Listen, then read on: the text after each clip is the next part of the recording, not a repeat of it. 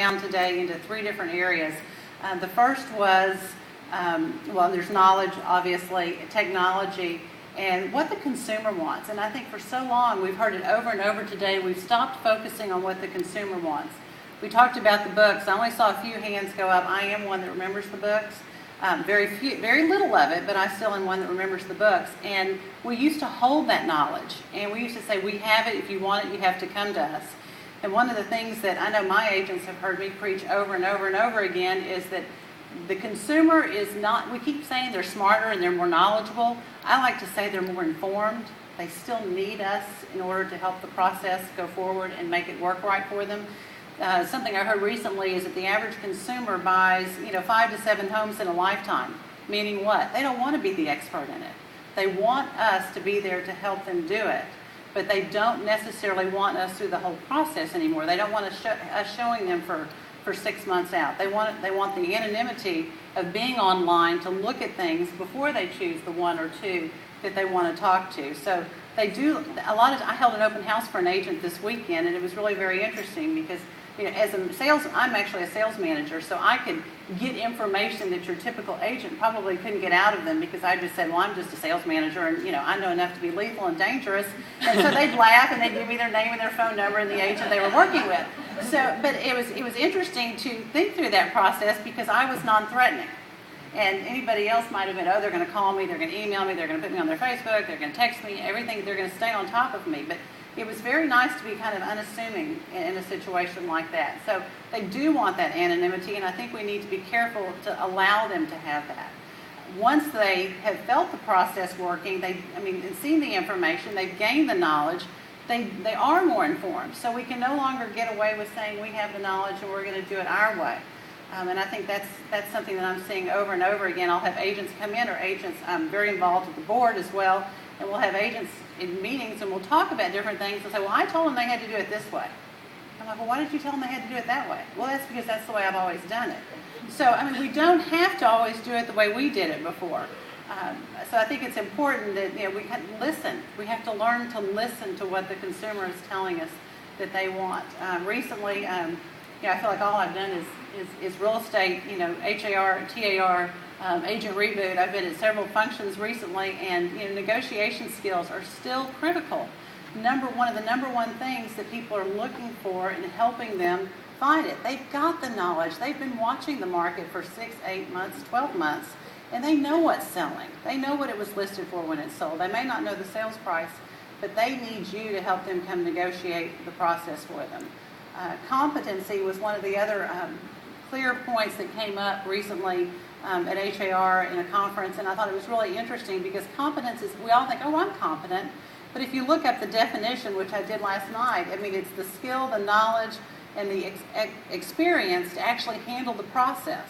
And how many of you, raise your hands, have ever dealt with someone that doesn't have the skill, the knowledge, and the experience? Okay, right, okay. So we've been there, we've done that, we know that happens. So I think it's important that we learn how to share that. Interestingly, in a meeting recently, we were talking about, what do you offer the consumer? What do you give them? Well, our typical response is, well, I put it on HAR, I put it in Tempo, I'm going to advertise it, we're going to do brochures, I'm going to mention it on Facebook. So what are you doing differently? HAR has 184, 85 list of things that we do to help the consumer. I know in our office alone, we have over 100 lists of things that we provide a seller or a buyer, in working with them. We've got to learn to tell them what we do. And whether that's through agent videos, whether it's through Facebook, whether it's tweeting. See, I'm not very good on that. That's all right. But I do know the terms. Either I know what you were talking about. But it's important that we actually, tell them what we do. How many of you, and I know my agents that are in my office know about this, but how many of you have seen homingcloud.com? Oh, you need to go look up homingcloud.com. Homingcloud.com, HOMING cloud.com. And it's basically a match site. And they focus on the fact that people have been matching themselves to get married and date for many, many years, and maybe we can match you as realtors. HAR, we uploaded a system to match realtors, and everybody went, oh, no, we don't like that. So we pulled it back to make some adjustments to it and to fine tune it. But people are going to match you out there. They're already matching you. We talked about Yelp. They're talking about you.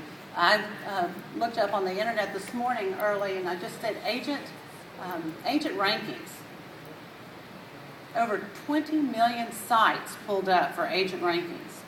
So, I mean, people are talking about us out there, whether or not they're going to get into that top ranking spot. We need to be the ones that are telling them about it. We need to do the videos. We need the photos. We need the videos of you, the videos of the listings. And so I think that's really critical as well. Another thing I talk about is the fact that we sit back, I think, and we wait for things to happen.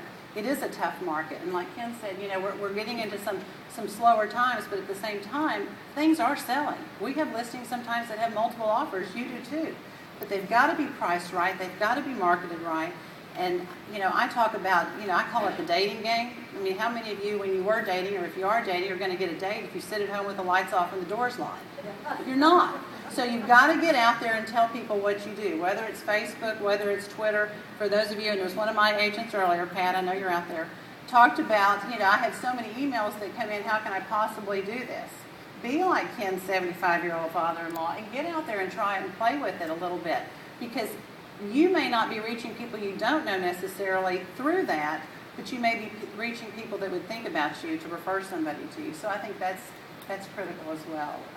Technology, I mean, we have, you know, just all the tools available for you that you can use, and the fact is that the technology is available for the consumer too. How many of you know how many things are available for I mean, do you have something available on your site that the consumer can find or look for information on your site individually, besides just listings? Okay. What about your company's website? Types of things that they can search or set up criteria and things like that.